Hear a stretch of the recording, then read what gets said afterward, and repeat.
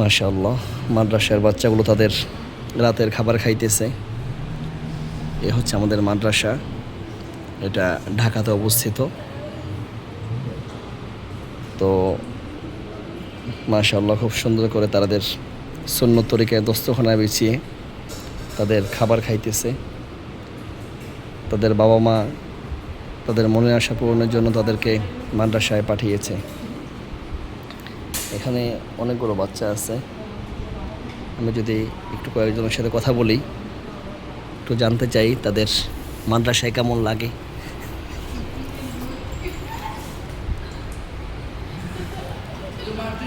তোমার নাম কি বাবা? মোহাম্মদ মশিউর রহমান। তোমার বাড়ি কোথায়? বরিশাল। ও, তোমার কি ভাত খাইতে ভালো লাগতেছে? তাই মজা লাগে? মাশাআল্লাহ। এখানে আরেকটা বাচ্চা আছে। তোমার নাম কি? জোরে বলতে হবে। সাব্বির হোসেন। তোমার বাড়ি কোথায়? ভোলা।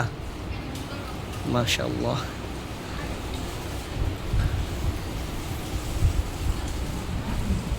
কত সুন্দর করে মাশাআল্লাহ সুন্নত তরিকায় তাদের খাবারগুলো খাচ্ছে।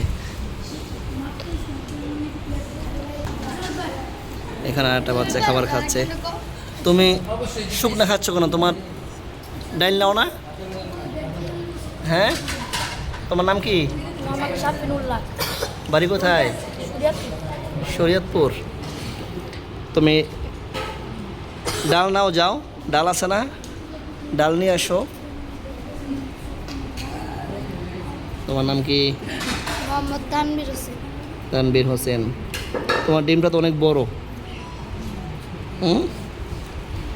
তোমার ডিমটা তো অনেক বড়। সাব্বির। তোমার নাম কি সাব্বির হোসেন? তোমার পায়জামা ছিঁড়ছে কিভাবে? হ্যাঁ, পড়ে গেছো খেলতে যে ছিঁড়ে গেছে না? ডিম দিয়ে ভাত খাইতে খুব মজা লাগে। হ্যাঁ,